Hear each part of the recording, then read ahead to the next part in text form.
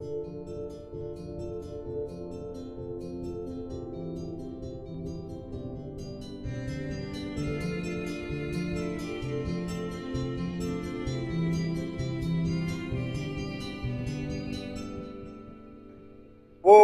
یہ ہے کہ ہم خدا کی عزت کیسے کر سکتے ہیں۔ کلام مقدس میں جو تلاوت کی گئی، اس میں دوسری آیت جس میں لکھا ہوا ہے، آئے بنی آدم تم کب تک میری عزت کے بدلے رسوائی ہوگی، آئے بنی آدم کب تک میری عزت کے بدلے رسوائی ہوگی، تم کب تک بطالت سے محبت رکھو گے اور جھوٹ کے ڈر پہ رہو گے۔ آپ جانتے ہیں کہ ہمارے بچے جب ہماری بات نہیں مانتے تو یقیناً ہم یہ سمجھتے ہیں کہ ہماری بے عزتی ہوئی ہے۔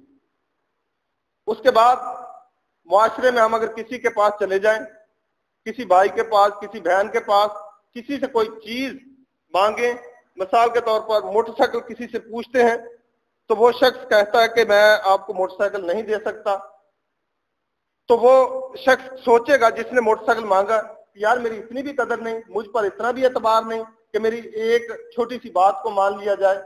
تو جب ہم کسی پر کچھ توقع رکھتے ہیں اور وہ توقع پوری نہیں ہوتی تو پھر ہم یہ اپنی انسلٹ فیل کرتے ہیں۔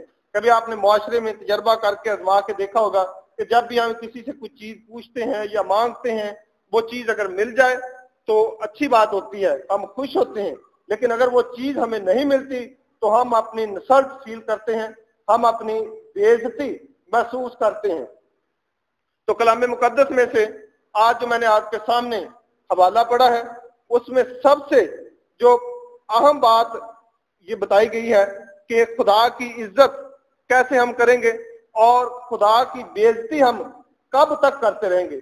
زبور نویس جو ہے وہ خداوند کی روح کی ہدایت سے کہتا ہے کہ تم کب تک خدا کی عزت کے بدلے رسوائی کرو گے۔ اس کے بعد آپ جانتے ہیں کہ کوئی بھی جب کتاب لکھی جاتی ہے تو کتاب کا شروع جو ہوتا ہے یا اس کا اینڈ جو ہوتا ہے وہ بڑا ہی اہم ہوتا ہے۔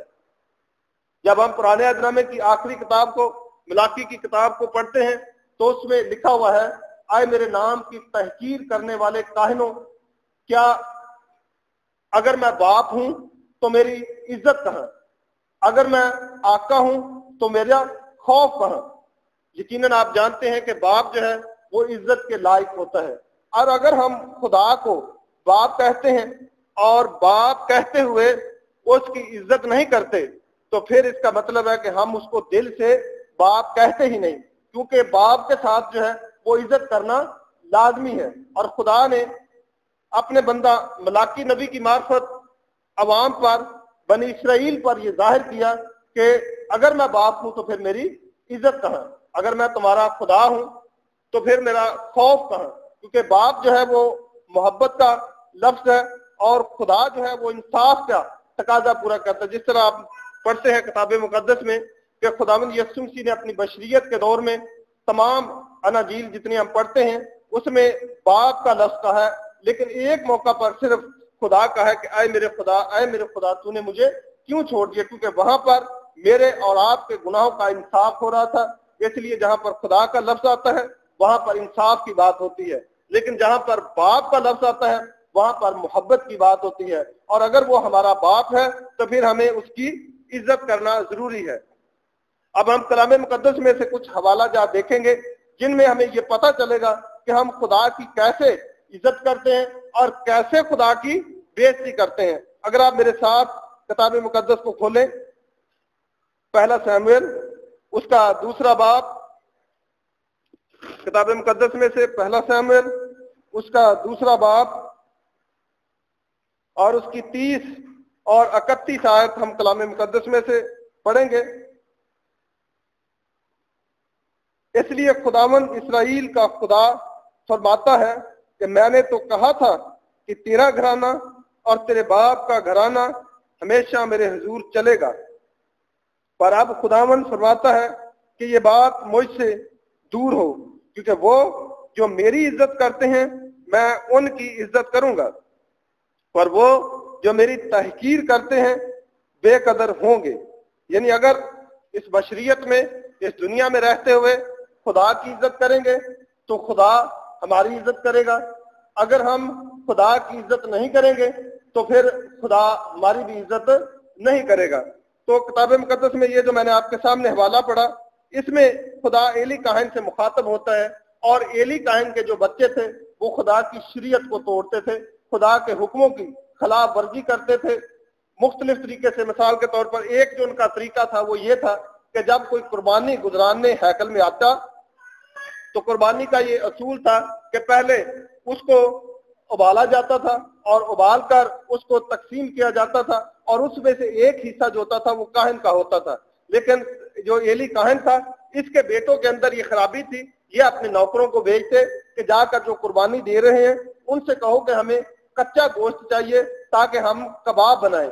और जब वो ऐसा करते थे तो खुदावंद इस बात से नाराज होता था, खुदावंद इस बात से गुस्से हुआ, और खुदा ने एली काहिन पर जाहिर भी किया कि तेरे बेटे मेरी शरीयत के खिलाफ चलते हैं, तेरे बेटे मेरे हुक्मों को तोड़ते हैं, और तेरे बेटे खुदा के कलाम की नाफरमानी करते हैं। और लोग जो थे वो खुदावंद की कुर्बानी से घिन करने लगे थे, नफरत करने लगे थे। और बाज़ औक़ात जब कुर्बानी को कर रहा होता था तो उसको गोश्त कुर्बानी करने वाला नहीं देता था, तो एली काहिन के जो बेटे हैं वो क्या करते थे, वो अपने नौकरों को भेजते, वो शाखा कांटा एक लेकर आते थे और उस कांटे को देख के या कढ़ाई या जहां पर गोश्त उबाला जाता था वो उसमें मारते थे, और जितना गोश्त उस कांटे में लग जाता था वो गोश्त काहिन का होता था।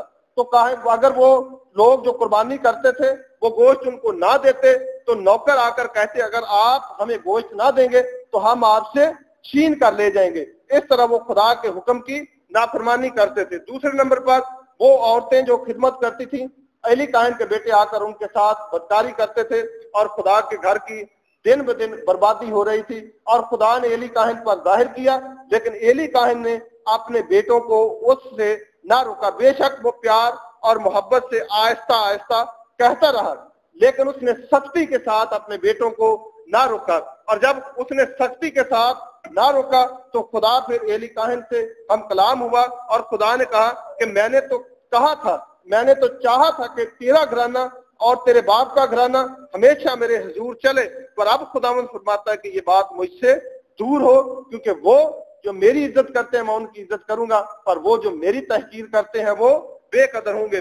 दो हुक्म मैंने यहाँ पर बताया कि एली काहिन के बेटे जो थे खुदा के शरीयत के दो अहकाम को मुसलसल तोड़ रहे थे, और एली काहिन ने उनको प्यार से तो कहा लेकिन सख्ती से मलामत ना की, क्योंकि एली काहिन जो था ये सरदार काहिन था और उसके जो बेटे थे वो काहिन थे, और सरदार काहिन को इख्तियार था कि वो अगर कोई काहिन अपनी जिम्मेदारियों को सही तरीके से नहीं निभा रहा या अपनी जिम्मेदारियों में कुछ कोताही करता है तो उसके ओहदे से उनको हटा सकता है।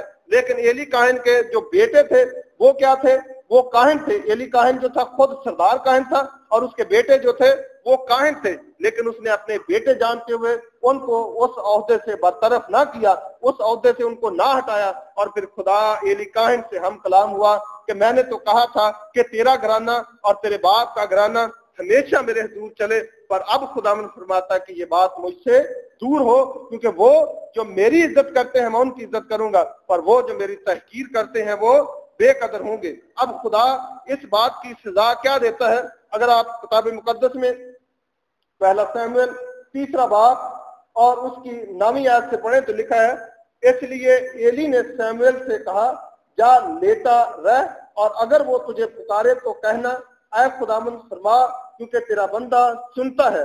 सो शमूएल जाकर अपनी जगह पर लेट गया। तब खुदावंद आ खड़ा हुआ और पहले की तरह पुकारा, शमूएल शमूएल। शमूएल ने कहा फरमा, क्योंकि तेरा बंदा सुनता है। खुदावंद ने शमूएल से कहा, देख मैं इस्राएल में ऐसा काम करने पर हूँ जिससे हर सुनने वाले के कान बिना जाएंगे। उस दिन मैं एली पर सब कुछ जो मैंने उसके घराने के हक में कहा है शुरू से आखिर तक पूरा करूंगा, क्योंकि मैं उसे बता चुका हूं कि मैं उस बदकारी के सबब से जिसे वो जानता है हमेशा के लिए उसके घराने का फैसला करूंगा, क्योंकि उसके बेटों ने अपने ऊपर लानत बुलाई और उसने उनको ना रोका। इसलिए एली के घराने की बाबत मैंने कसम खाई कि एली के घराने की बदकारी ना तो कभी किसी ज़बिया से साफ होगी ना हदिया से, यानी जो हुक्म उन्होंने तोड़े उसके सबब से जो खुदा उनको सजा सुनाता है वो इतनी सख्त सजा है, ना तो किसी हदिये से खुदा का गजब टलेगा और ना किसी ज़बिये से और ना किसी हदिये से खुदा का कहर और खुदा का गजब उनसे टलेगा। बल्कि क्या होगा कि खुदा का गजब उन पर नाज़िल होगा। और खुदा का गजब उन पर किस लिए नाज़िल होगा? क्योंकि उन्होंने खुदा की शरीयत की तहकीर की, उन्होंने खुदा के हुक्मों को नाफरमानी की, उन्होंने खुदा की शरीयत को पामाल किया। क्या आज मैं और आप भी तो ऐसा नहीं कर रहे कि खुदा की शरीयत को पामाल करके खुदा की बेइज्जती करते हैं? जब हमारे बच्चे हमारी बात नहीं मानते, मसलसल नाफरमानी करते हैं, मसलसल सरकशी करते हैं, तो हम सोचते हैं कि हमारी बेइज्जती हुई, हमारे बच्चे हमारी बात नहीं मानते। वो खुदा जिस खुदा के हाथ में हमारे सांस है, वो खुदा जिसके हाथ में हमारा जिंदगी का दम है, वो खुदा जो हर रोज हमारी परवरिश करता है और हमें अच्छी अच्छी चीजों से आसूदा करता है और तमाम कायनात का बनाने वाला है, क्या उसकी बेइज्जती करना रवा है?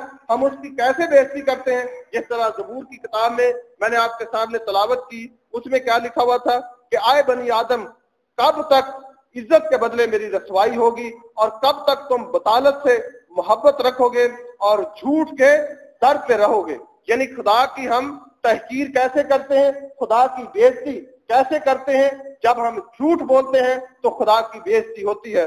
बस एक और आपको वाकया सुनाता हूं, क्योंकि आप जानते हैं किताब मुकद्दस के मुताबिक अगर हम यूहन्ना की इंजील उसका 8वां बाब और उसकी 44 आयत पढ़े तो लिखा हुआ है, खुदावंद यीशु मसीह फकीरों और फरीसियों से हम कलाम होकर कहते हैं कि तुम अपने बाप अबलीस से हो और अपने बाप की ख्वाहिशों को पूरा करना चाहते हो, क्योंकि वो शुरू ही से खूनी है और सच्चाई पर कायम नहीं रहा, क्योंकि उसमें सच्चाई है नहीं।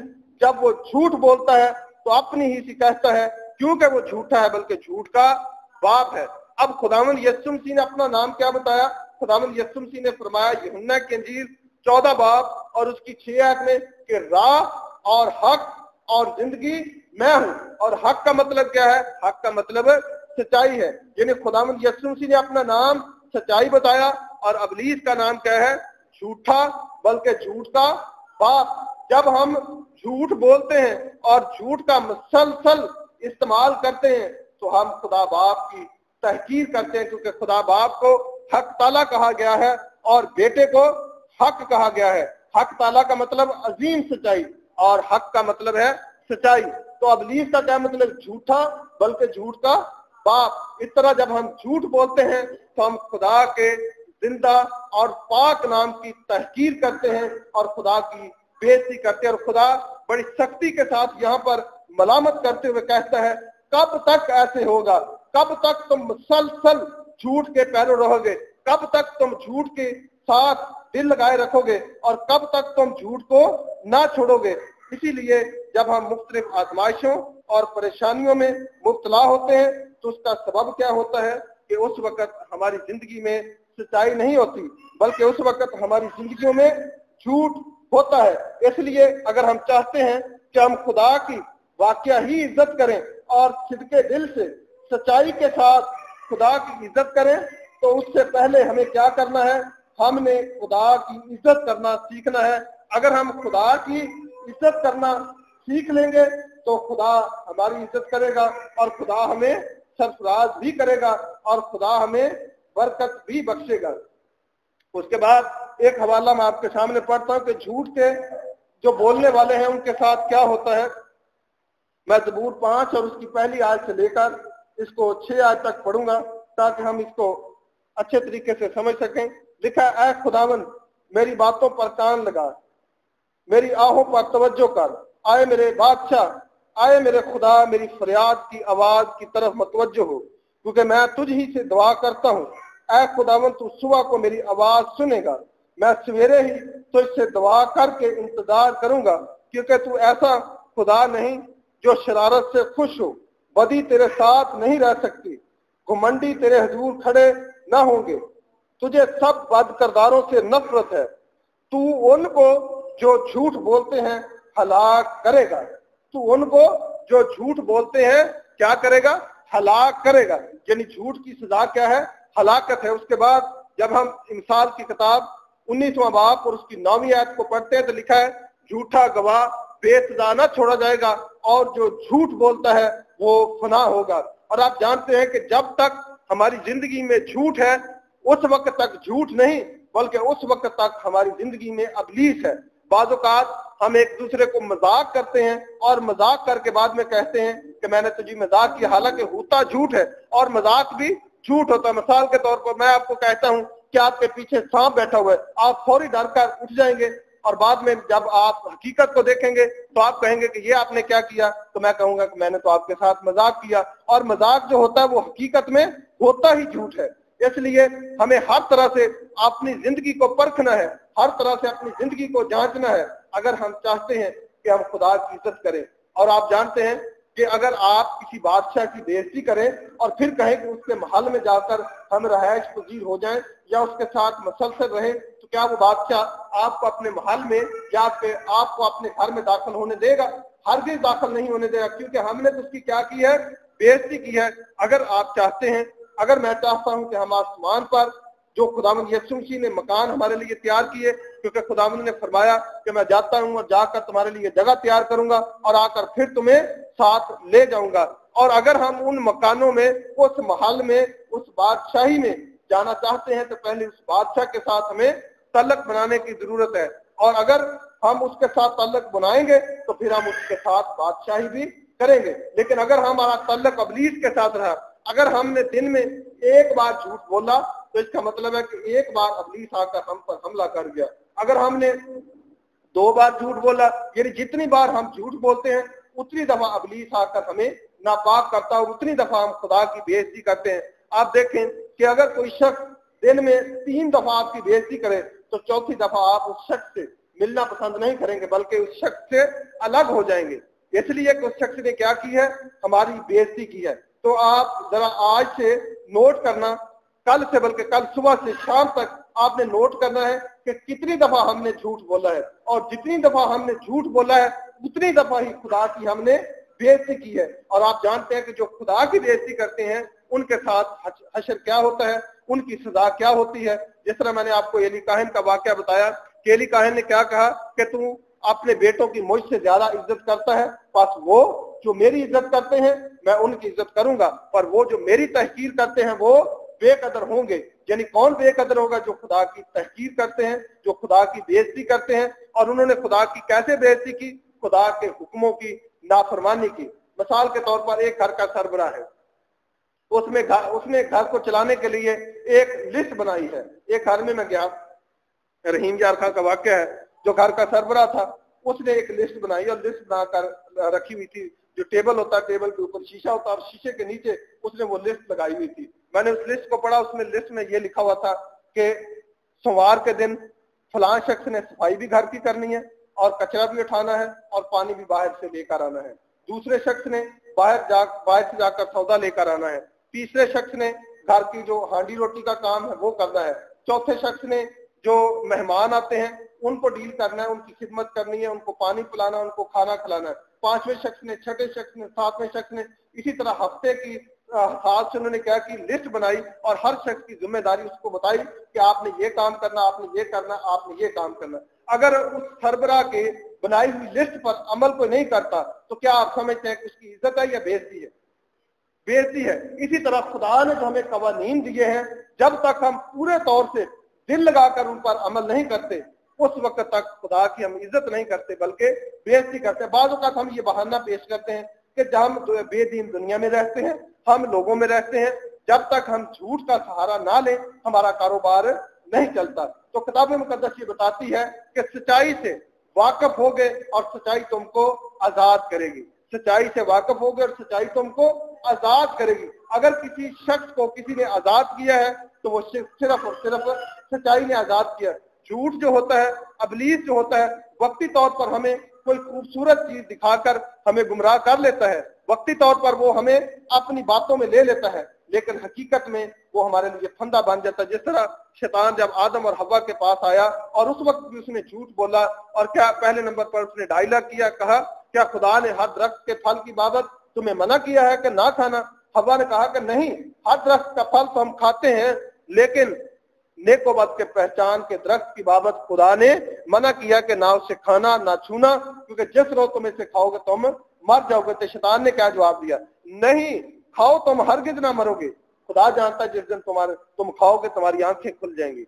और ऐसा ही हुआ कि जब उन्होंने खाया तो उनकी आंखें खुल गईं, और ऐसी आंखें खुली कि खुदा ने उनको अपनी दूरी से निकाल दिया। वक्ती तौर पर उसने झांसा दिया, झूठ बोलकर उनको गमराह कर लिया, लेकिन हकीकत में 6000 साल हो गए हैं। उसी गुनाह की सजा मैं और आप और पूरी दुनिया उसी गुनाह की सजा पा रही है अगर वो उसके झूठ का यकीन ना करते। फिर किताब मुकद्दस में एक और वाक़या लिखा हुआ है, जब हम मुकाशवा की किताब को पढ़ते हैं तो लिखा हुआ है, मगर कुत्ते, जादूगर, हरामखोर, खूनी, बुतप्रस्त और हर एक झूठी बात का घड़ने वाला और झूठी बात का पसंद करने वाला आसमान की बादशाही से बाहर रहेगा। यानी वो शख्स जो झूठ खड़ता है, बोलता है, उसका तो ये जुर्म है कि वो झूठ बोलकर खुदा की तहकीर करता है। लेकिन वो शख्स जो झूठ को सुनता है, इसका मतलब है कि वो झूठ को नहीं सुनता है, बल्कि वो खुदा की बेइज्जती को सुनता है। और जब खुदा की बेइज्जती को सुनता है, ऐसा शख्स भी आसमान की बादशाही में हरगिज़ दाखिल ना होगा। क्योंकि मुकाशवा की किताब 21 बाब और उसकी 8 आयत में लिखा है कि सब झूठों का हिस्सा आग और गंधक से जलने वाली झील में होगा। यानी वो लोग जो खुदा की बेइज्जती करते हैं, वो खुदा के साथ उसकी पाक मेज में शरीक नहीं हो सकते। वो खुदा के साथ, खुदा के दस्तरखान पर बैठकर उसके साथ वो नहीं खा पी सकते, क्योंकि उन्होंने क्या की है? खुदा की तहकीर की है, खुदा की बेइज्जती की है। सिर्फ आज मैं एक हुक्म की तशरीह कर रहा हूँ, वैसे तो बहुत सारे हुक्म है। जिस तरह सब्बत के दिन को जब हम तोड़ते हैं, सब्बत के दिन को पूरे तौर पर हम पाक नहीं मानते, तो उस वक्त भी हम खुदा की बेइज्जती करते हैं। जब हम पूरी दाय यकीन नहीं देते, तो उस वक्त भी हम खुदा की बेइज्जती करते हैं। जब हम झूठ बोलते हैं, तो उस वक्त भी हम खुदा की बेइज्जती करते हैं। जब हम तकब्बुर करते हैं, तो उस वक्त भी हम खुदा की बेइज्जती करते हैं। लेकिन मैंने सिर्फ आज एक बात को टारगेट रखा है कि अगर हम झूठ बोलते हैं तो हम खुदा की मुसलसल बेइज्जती करते हैं, मुसलसल। आप दिन में नोट करें कि हमने दिन में कितनी बार खुदा की बेइज्जती की। लेकिन वो खुदा मोहब्बत भरा खुदा है, वो खुदा शफकत भरा खुदा है। दिन में 10 दफा हम उसकी तहकीर करते हैं, 10 दफा उसकी बेइज्जती करते हैं, लेकिन फिर वो हाथों को फैलाए हुए खड़ा है, क्या सब थके मांदो और बोझ से दबे हुए लोगों, मेरे पास आओ, मैं तुमको आराम दूंगा। कितना रहीम खुदा है, कितना मोहब्बत करने वाला खुदा है कि 10 बार दिन में बेइज्जती करते हैं, लेकिन फिर भी वो हमें गले से लगा लेता है। क्या ऐसे खुदा का हमें शुक्र अदा नहीं करना चाहिए? क्या ऐसे खुदा के कदमों में नहीं झुक जाना चाहिए? क्या ऐसे खुदा से माफी नहीं मांग लेनी चाहिए? क्या खुदा, मैंने सारा दिन तेरी तहकीर की, मैंने गुजरे अयाम में तेरी बेइज्जती की, अब तू मुझे तौबा का मौका दे और मुझे ये तौफीक अता कर कि मैं दोबारा तेरी बेइज्जती ना करूं। खुदा मुझे और आप सबको ये तौफीक बख्शे कि हम मुसलसल खुदा की इज्जत करते रहें और मुसलसल अबलीस को मलामत करते रहें। चंद लम्हों के लिए अपनी आंखों को बंद करें, इस कलाम के लिए जरा सोचें कि आया हम खुदा की वाकया ही इज्जत करते हैं या नहीं करते। अगर हम खुदा की इज्जत नहीं करते तो आइंदा से हम इज्जत करना खुदा की सीखें। मेरी दरख्वास्त है एल्डर शाह साहब से, तो अपने कदमों पर खड़े होकर तमाम कलीसिया के लिए दुआ करें, ताकि जिन्होंने खुदा का जिंदगी बख्श आज कलाम सुना है, ये कलाम सबकी जिंदगियों में ठहर जाए। सामने आ